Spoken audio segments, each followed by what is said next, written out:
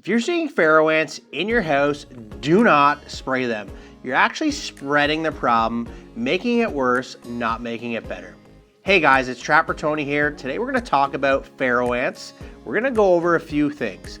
What they are exactly, why spraying is a terrible idea, the common hotspots you can find them in your home, and why baiting, ant baiting specifically, is the only real option when dealing with these ant species. Stick around to the end. I'll show exactly where the hotspots for these ants can be found inside your kitchen. So what exactly are Pharaoh ants? Well, they're tiny ants, usually yellow to brown in color, and can be easily mistaken for other ant species. But don't let the size fool you. This is the most difficult ant to treat within your home. These are strictly indoor ants living in your wall systems, which means they don't rely on outdoor nests like other ant species do. Once they're inside your home, they can thrive and live within the wall systems, making it very difficult to treat. And if mistreated, you can make the problem worse. So what makes Pharaoh ants different from other ant species? It's actually the colony makeup itself. Typical ant species will have one queen, one nest, and you're dealing with an isolated issue. But when it comes to Pharaoh ants, you can have multiple queens, multiple nests, multiple locations, all networked together. And if the colony is disrupted, it doesn't collapse, it actually spreads. This is where most people go wrong. They actually treat Pharaoh ants with spray inside the home. This is a horrible idea. It's the most common mistake homeowners make when trying to deal with Pharaoh ants.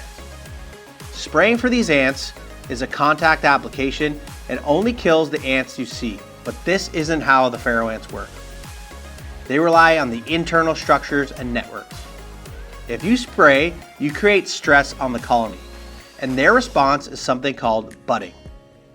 That colony will actually split and multiply, and you've just created 3 or 4 new issues to treat. It's common for people to say, I sprayed and now they're everywhere. This is why baiting is the ultimate process for treating Pharaoh ants. So what ultimately works for dealing with Pharaoh ants inside your home is actually ant baiting. We're feeding the ants. We're not trying to kill them too quickly. We want these ants to take the product back to their colonies, expose them to the other worker ants and the multiple queens living within the wall systems. These ants are very picky. If the bait is too strong, they won't eat it. If it's contaminated, they'll avoid it. And if you sprayed anywhere near the bait itself, they won't go anywhere near the product you've decided to use.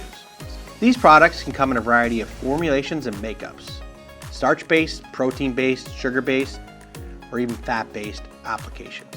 It may require multiple uses and multiple baiting options with these finicky ants. So proper placement and patience is everything. Now let's talk about where you'll actually find Pharaoh ants. It's critical to know that Pharaoh ants love heat, moisture, and food, which typically you can find all 3 in your kitchen. Look around the cupboards, pantries, plumbing and water lines, any electronics that generate heat. Because they live in the wall systems, people will see them coming in and out of power and plug outlets as well. The biggest area I notice Pharaoh ant activity is by coffee makers.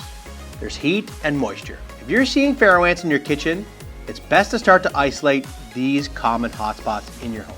Pharaoh ants aren't difficult to treat because they're tough. It's because they're structured differently from other ant species. Avoiding sprays, which causes stress on the colonies, is critical, and utilizing baits is the ultimate approach when dealing with Pharaoh ants. Remember, if you're spraying, you're not eliminating the problem, you're actually spreading it. If you want to know more about baiting for ants, check out my in-depth video about ant baiting. As always, if you're struggling with ant control inside your home, leave a comment or question below and I'll try my best to help. We'll see you next time.